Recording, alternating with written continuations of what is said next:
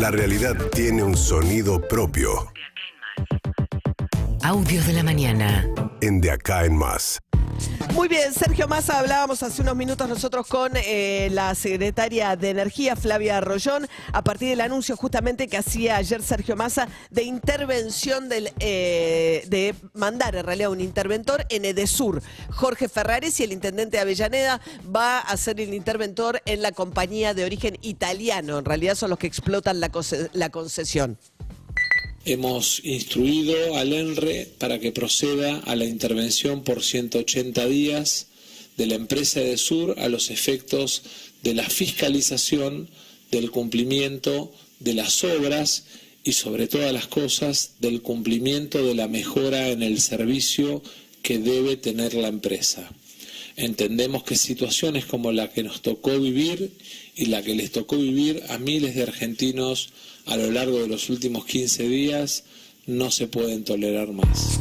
Bien, eso decía Sergio Massa, mientras que sufre realmente la falta de dólares. Básicamente, ayer lo que estuvo trabajando también es tratando de ver qué hacer con las reservas. Si bien el central en teoría es independiente y PES maneja las cosas por sí solo, no es cierto. Esa es la principal preocupación, porque ahí está la solidez. O sea, vos no te puedes quedar sin reservas porque eso hace que no tengas resto para intervenir, para comprar importaciones, para mantener incluso la maquinaria, la producción funcionando. Y hay realmente muy poco resto de reservas en el Banco Central.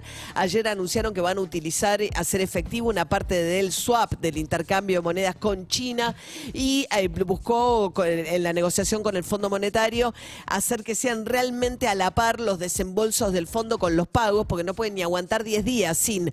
Tenía que hacer un pago de unos 3.000 millones de dólares, 2 pagos en realidad, y eso pasaban 10 días entre que Argentina pagaba y el fondo le devolvía la plata de ese pago. Bueno, tratando de que eso no pase, fíjate, porque no pueden registrar en las reservas del central. Quedás en negativo. Quedás en negativo.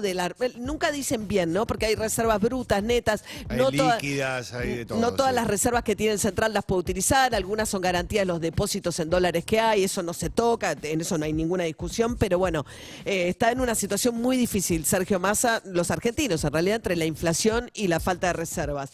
Mientras tanto, se discute el tema del salario mínimo vital y móvil. Hoy se empiezan a mover las paritarias justamente para salir de la expectativa inicial, que era 60% anual de inflación. Esa pauta ya voló por los aires, entonces están todos rediscutiendo cosas. La bancaria logró algo bastante extraño, Sergio Palazzo, que es un bono para que se le compense a los trabajadores bancarios que pagan ganancias. Sí. O sea, el impuesto a ganancias personal lo paga uno. Bueno, lo que pasa es que si te suben el sueldo y te descuentan por ganancias, vos no lo sentís en el bolsillo, esa suba. Entonces hicieron una especie de acuerdo rarísimo de un bono muy extraño que lo que hace es compensar ganancias a los trabajadores bancarios que tengan que pagarlo. Así lo anunciaba Sergio Palazzo, el titular de la bancaria. Pues trabajoso, nosotros lo habíamos planteado desde el mes de diciembre que empezamos a conversar que había que dar una respuesta por el tema de ganancias, tiene un impacto fuerte en nuestra actividad, casi el 80% de los trabajadores de nuestra actividad lo paga. Bueno, se logró esta compensación y además un acuerdo salarial que deja el salario inicial en 297.744 en marzo y ya en mayo en 300, casi 18.000 pesos. Perdón, el bono va de 50.000 a 450.000 pesos en 2 pagos y más o menos es contemplativo de gran parte de lo que tributan de ganancia los trabajadores. Es la verdad que la paritaria de bancarios, en un ratito vamos a hablar de paritarias, 300.000 el salario de base y a los salarios más altos les cubre el 100% con este bono extrañísimo lo que les descuentan por ganancias. Lo que también muestra cómo ganan los bancos, ¿no? Porque si no, si un negocio no tiene ganancias es casi imposible que puedas tener esa paritaria. Claro. Sí, las paritarias más altas suelen ser aceiteros, bancos y petroleros, digamos. Lo que pasa es que el petrolero tiene un laburo duro. Es de riesgo. Es de riesgo, es otro tipo de demanda, ¿no? El trabajo que a diferencia de un bancario. Mientras tanto, Andrés Rodríguez, el titular de UPC, en el Personal Civil de la Nación, hablando de cómo van a negociar ellos. No tenemos todavía fijado un porcentaje, pero es cierto, lo que buscamos es de cualquier manera intentar tener un par de puntos por sobre la inflación proyectada. más bien que estamos viendo que indudablemente, lamentablemente, ese índice inflacionario no está bajando y lógicamente estamos actuando casi todas las actividades y por lo tanto mañana en el Consejo de Salario en acuerdos cortos que permitan ir viendo cómo evoluciona esta situación para que no perder ingresos indudablemente. Acuerdos cortos, lo más corto posible, pensaban. Ese es justamente el problema, además, porque ahí se empieza, no es que es solo el problema de la paritaria, pero cuando se empieza a indexar la economía de manera muy veloz, es muy difícil frenar la dinámica de la inflación.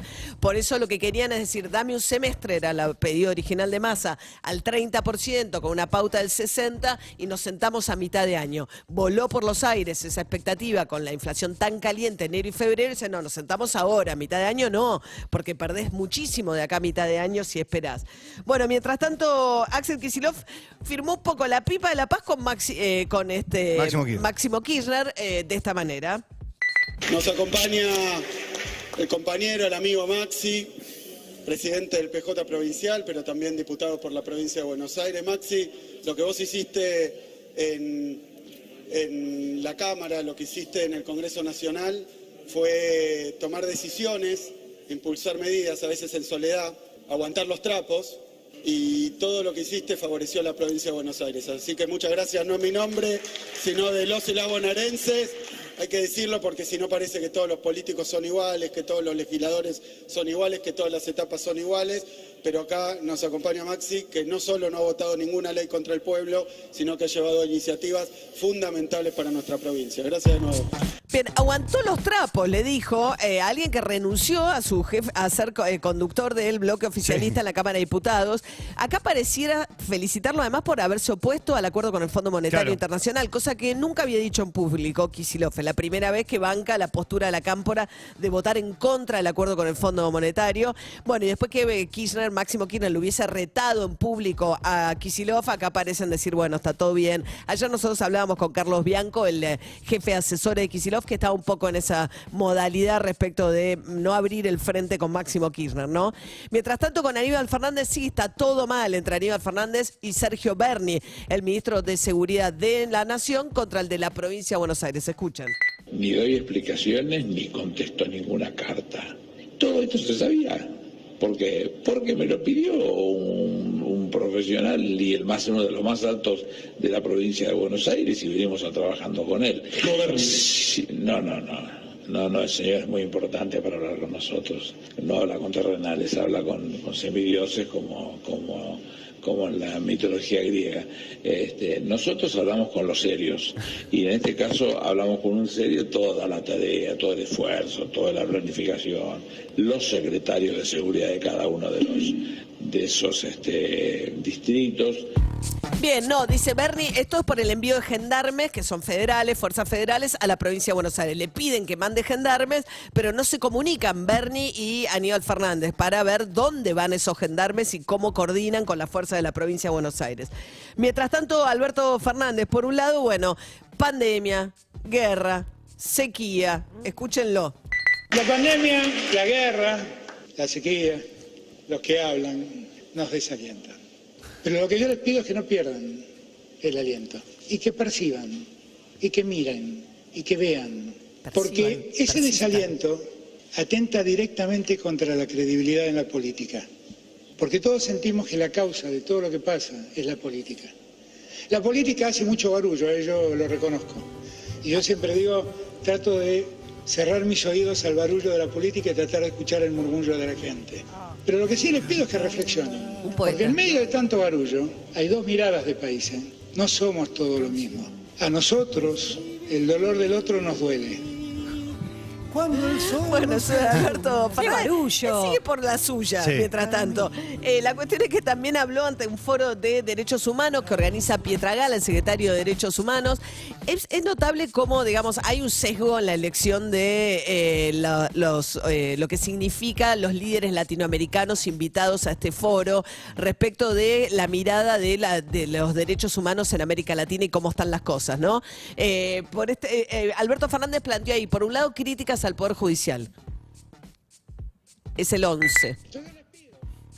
Exigimos que los represores digan dónde están los compañeros y las compañeras que aún no sabemos dónde están. Y que lo digan ahora. Es momento de romper el pacto de silencio que durante tantos años mantuvieron. Observamos que en algunos lugares el Poder Judicial argentino está siendo laxo con las condenas de los genocidas. Es necesario decirlo una vez más. Cada represor juzgado debe cumplir su condena en una cárcel común. Bien, eso decía Alberto Fernández ayer, digamos, en lo que tiene que ver con violaciones a los derechos humanos en el pasado de las dictaduras, hay un consenso grande. Ahora, discutir el estado actual de los derechos humanos en América Latina genera una visión muy sesgada en la cual no se plantean los problemas que hay en Venezuela, en Cuba y particularmente en Nicaragua, que es donde la situación es realmente más urgente en este momento. Bueno, mientras tanto, a nivel internacional, la noticia que rebota en el mundo tiene que ver con la presencia de Xi Jinping en el presidente chino en Moscú. Fue a visitar en una visita de Estado a Vladimir Putin, sacándolo a Putin del aislamiento internacional en el que ha caído después de iniciar hace ya más de un año los ataques contra Ucrania. Y esto hace además que las sanciones que le ha implementado Occidente, sanciones económicas a Rusia, no le hagan mella en la medida en que tenga esta alianza con China. Decía Xi Jinping, a ver, ponemos de fondo nomás, pero dice: gracias por su firme liderazgo. Rusia ha logrado éxitos para alcanzar el bienestar y la prosperidad. Estoy seguro de que el pueblo de Rusia apoyará sus esfuerzos, decía. Habla de su reelección como presidente del partido chino y dice: como elegí Rusia como el primer país extranjero para visitar, dice Xi Jinping, reelecto ahora como presidente. Sé que el de su país también va a haber elecciones y gracias a su firme liderazgo, fíjate, no hay ninguna condena, Rusia ha logrado importantes éxitos, ¿ves? Y estoy seguro que el pueblo de Rusia lo apoyará en sus esfuerzos, de alguna manera planteándole a Putin que Putin va a ganar las elecciones el año que viene, como viene de ser electo nuevamente Xi Jinping por el comité del Partido Comunista Chino, ¿no? No es una democracia China, tampoco es una democracia, como la entendemos nosotros, Rusia, en su funcionamiento, digamos. Sí, lo que sí quedó claro con esto es que el bloqueo que intentó Europa y Estados Unidos no sirvió para nada. Básicamente, ¿por qué? Porque lo que hizo Rusia fue cambiar su mercado. Salió del mercado europeo para irse a China, la India, Vietnam, y vender sus productos que básicamente tienen que ver con la energía en esos lugares, con lo cual ese bloqueo que dejaba a Rusia fuera del mundo, en realidad lo que hizo fue cambiarlo del lugar del mundo. Bien, 7:15 de la mañana.